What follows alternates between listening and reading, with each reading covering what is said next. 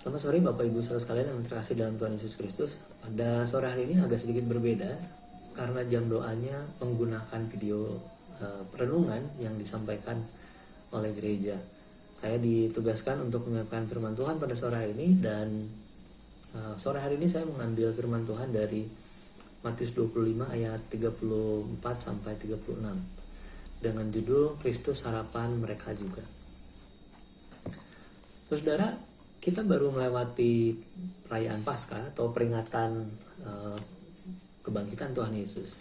Dan kebangkitan Tuhan Yesus jadi salah satu dasar kita yakin bahwa Allah bekerja untuk menyelamatkan kita semua. Dengan keyakinan itu, kita memiliki sikap yang berbeda dengan orang-orang di sekitar kita, terutama saat menghadapi kematian. Saudara, ketika COVID-19 melanda Cina dan juga 210 negara lain termasuk di Indonesia, kita diperhadapkan sebagai orang Kristen diperhadapkan pada pertanyaan, apakah yang harus kita lakukan? Apakah saya harus diam ataukah saya harus mematuhi pemerintah? Apakah saya harus membiarkan orang lain sakit ataukah saya harus mengambil tindakan lain? Saudara, sejarah mencatat bahwa orang Kristen seringkali berbeda sikap gitu dengan orang-orang sekitarnya, dengan lingkungannya. Ketika pada tahun 250 sampai 270 terjadi wabah yang luar biasa di Kekaisaran Romawi. Pada waktu itu Kaisar Decius yang memimpin. Terjadi kematian akibat virus yang begitu besar. Dalam satu hari di Roma bisa terbunuh atau tewas sebanyak 5.000 orang. Virus ini membuat 1/4 atau bahkan 1/3 Kekaisaran Roma habis. Kaisar Decius memang pada waktu itu sempat berkata bahwa hal ini disebabkan oleh orang-orang Kristen. Tetapi faktanya bahwa orang-orang Kristen juga mengalami, atau orang Kristen sendiri tewas di dalam virus tersebut. Jadi tidak bisa disangkakan demikian. Justru sebaliknya, Santo Cyprianus atau uskup dari Kartage yang sekarang menjadi daerah Tunisia menyatakan bahwa orang Kristen tidak perlu berduka cita. Dia tidak perlu menangisi orang-orang yang saat ini sudah berada di surga. Yang harus dilakukan mereka adalah menjaga orang-orang yang masih hidup, merawat orang-orang yang masih hidup. Saudara, dampak dari pernyataan uskup Cyprianus digambarkan oleh uskup Alexandria Dionysius bahwa tanpa peduli bahaya, orang-orang Kristen mengambil alih perawatan orang-orang yang sakit. Bahkan mereka memenuhi semua kebutuhan. Mereka saling merawat, bahkan tetangga mereka yang bukan Kristen sekalipun tetap dirawat.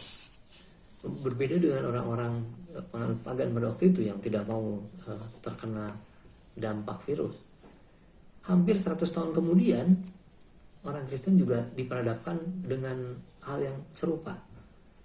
Ketika di Roma ada wabah yang lain dan menghabiskan cukup banyak jiwa juga yang tewas, yang hilang.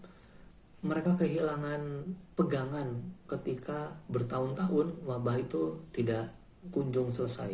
Mereka berdoa kepada dewa-dewa, tetapi tidak ada bukti nyata dari doa-doa yang mereka naikkan itu. Malah justru orang-orang Kristen kembali merawat saudara-saudaranya ini, saudara-saudaranya yang tidak percaya Kristus, yang dianggap kafir itu. Saking banyaknya orang yang merawat, Kaisar Julian yang waktu itu menjadi kaisar, seorang kaisar Helenis yang anti-Kristen, dia sampai setengah putus asa dan menulis surat kan bahwa orang-orang Kristen, orang-orang Galilea itu merawat bukan hanya saudara mereka, tapi juga semua orang yang menjadi tetangga mereka dirawat. Uniknya orang Kristen pada waktu itu. Di kemudian hari, sosiolog modern Rodney Stark, tentu bukan saudaranya Tony Stark, mengklaim bahwa pada tahun 330 itu ketika wabah terjadi, jumlah orang-orang yang meninggal di kota-kota yang di mayoritas penduduknya adalah orang Kristen, jumlahnya hanya setengah dari kota-kota lain. Dampak dari perawatan yang dilakukan orang Kristen itu ya. Orang Kristen yang berdampak bagi masyarakat ini. Karena pada abad ke-12 kemudian, sekalipun kita tahu bahwa ini mendekati waktu-waktu perang salib, tetapi saudara, Allah juga membangkitkan orang-orang yang peduli pada orang sekitarnya. Pada abad ke-12 Allah memanggil seorang kaya raya dari Asisi yang terpanggil untuk menjadi seorang pastor Katolik pada waktu itu. Dia memberikan wujud kemanusiaan yang berbeda dibanding orang-orang di dalam keuskupan atau kepastoran pada waktu itu yang menunjukkan ketamakan. Dia justru menunjukkan hal sebaliknya, dan ketika sedang berkuda dia berpapasan dengan orang lepra yang sangat dijauhi oleh masyarakat. Tidak ada orang yang mau dekat pada orang lepra. Tapi sebaliknya dia bergejolak hatinya, dia menghentikan kudanya, turun dari atas kuda, lalu memeluk orang yang sakit lepra itu. Fransiskus Assisi terkenal dengan kemanusiaannya, dan itu memberi gambaran yang berbeda dengan gereja pada waktu itu. Tuhan Yesus berkata di dalam Matius 25 ayat 36, ketika aku sakit kamu melawat aku. Inilah yang diwujudkan oleh Fransiskus dari Assisi. Karena ketika abad ke-16 ada wabah pes yang melanda Wittenberg, Jerman, Martin Luther pada tahun 1527 itu menolak untuk keluar dari kota itu. Sekalipun sikap Luther ini harus dibayar mahal dengan kematian anaknya. Putrinya bernama Elizabeth meninggal karena wabah ini. Tetapi dia berkata bahwa kita harus mati di pos kita. Para dokter Kristen tidak bisa meninggalkan rumah sakit mereka. Para gubernur Kristen tidak bisa meninggalkan distrik mereka. Para pendeta Protestan tidak bisa meninggalkan jemaat mereka. Wabah ini bukan membatalkan tugas. Wabah itu menjadi salib yang harus dipikul, apapun resikonya. Saudara, ketika tahun 2014 virus Ebola menyerang Afrika Barat, banyak relawan, dokter-dokter relawan yang tergabung dalam Doctors Without Borders, juga Samaritan Purse dari Amerika, itu menolong ribuan orang. Mereka tidak peduli bahwa virus itu akan menyerang mereka juga, tapi karena lingkungan pada waktu itu harus dijaga higienitasnya, jadi mereka harus mengevakuasi mayat-mayat. Dari satu hari bahkan mereka bisa mengevakuasi 10-25 jenazah dari satu pemukiman itu. Sungguh menyedihkan, tetapi dokter-dokter ini maju terus. Ketika PBB pada waktu itu sudah kewalahan, para dokter justru masih maju terus. Mereka memegang iman mereka bahwa siapa tahu ada orang yang mau Tuhan selamatkan dari tengah-tengah situasi yang begitu mengerikan itu di Afrika Barat. Dan sekalian, banyak sekali bukti yang bisa kita lihat menunjukkan bagaimana orang Kristen di tengah situasi yang mencekam sekalipun dimotivasi oleh teladan Kristus, dan tujuan bagiku hidup adalah Kristus dan mati adalah keuntungan. Saudara, hidup orang Kristen ini ibarat ujung tombak. Dia harus selalu menjaga dirinya menjadi tajam. Ketika ujung tombak tidak tajam, maka dia tidak berguna. Ketika orang Kristen tidak peduli pada lingkungannya, dia menjadi orang Kristen yang tidak berguna. Saudara, bukankah dengan cara memperhatikan orang lain di sekitar kita, inilah yang membuat Raja yang kekal itu dengan gembira menyatakan di dalam Matius 25 ayat 34 sampai 36 menyatakan bahwa ia berkata kepada mereka yang di sebelah kanannya, "Mari, hai kamu yang diberkati oleh Bapakku, terimalah kerajaan yang telah disediakan bagimu sejak dunia dijadikan. Sebab ketika aku lapar, kamu memberi aku makan. Ketika aku haus, kamu memberi aku minum. Ketika aku seorang asing, kamu memberi aku tumpangan. Ketika aku telanjang, kamu memberi aku pakaian. Ketika aku sakit, kamu melawat aku. Ketika aku di dalam penjara, kamu mengunjungi aku." Saudara, Allah tidak meminta kita melakukan hal-hal yang tidak mungkin. tidak memberikan apa yang tidak kita miliki. Ingat bahwa Tuhan Yesus tidak meminta sepotong pizza ya, kepada murid-muridnya ketika ada di dalam satu ruangan di Lukas 24 itu.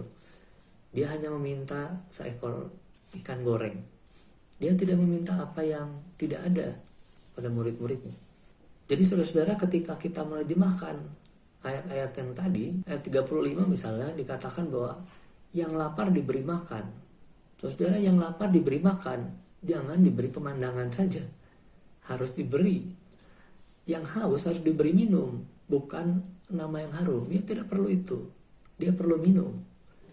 Yang asing diberi tumpangan, bukan diberi harapan. Nanti ya gitu. Bukan. Yang telanjang diberi pakaian, saudara, ayat 36, bukan kemewahan. Tidak ada yang meminta itu. Yang sakit dilawat, bukan dihujat. Yang dalam penjara dikunjungi, bukan digunjingi.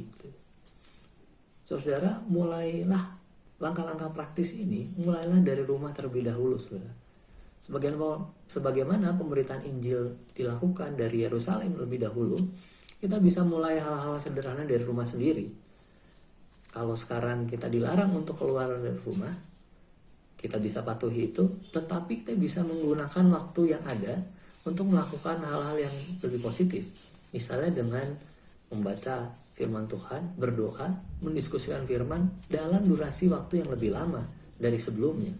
Kalau sebelumnya mungkin hanya 1 jam, 1 hari, kita mungkin bisa saat ini bisa sampai 3 jam.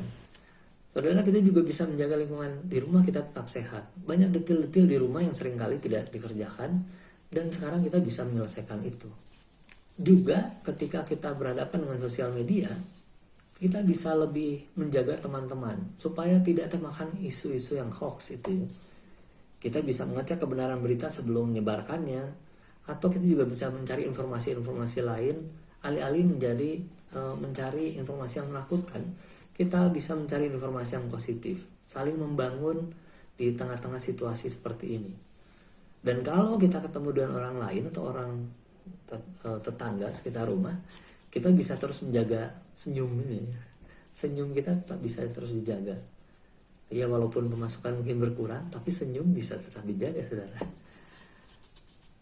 Jangan lupa kalau punya uang lebih untuk membeli barang-barang, ojol dan pengirim paket, mungkin juga bisa kita bagikan sedikit.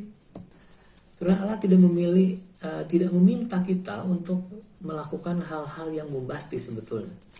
Allah tidak meminta kita untuk ketika kita melakukan hal-hal itu banyak tembik sorak, banyak kegembitaan yang dihasilkan. Allah tidak meminta itu, saudara. Hal-hal kebaikan yang kita perbuat bukan demi mendulang pujian, itu yang seringkali Allah ingatkan kepada kita.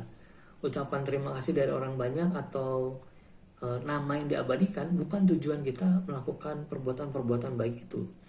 Kita menjadi berkat bagi orang lain agar Bapa di surga bisa tersenyum dan melihat kepada anaknya, lalu berkata, baik sekali perbuatanmu, hambaku yang baik dan setia.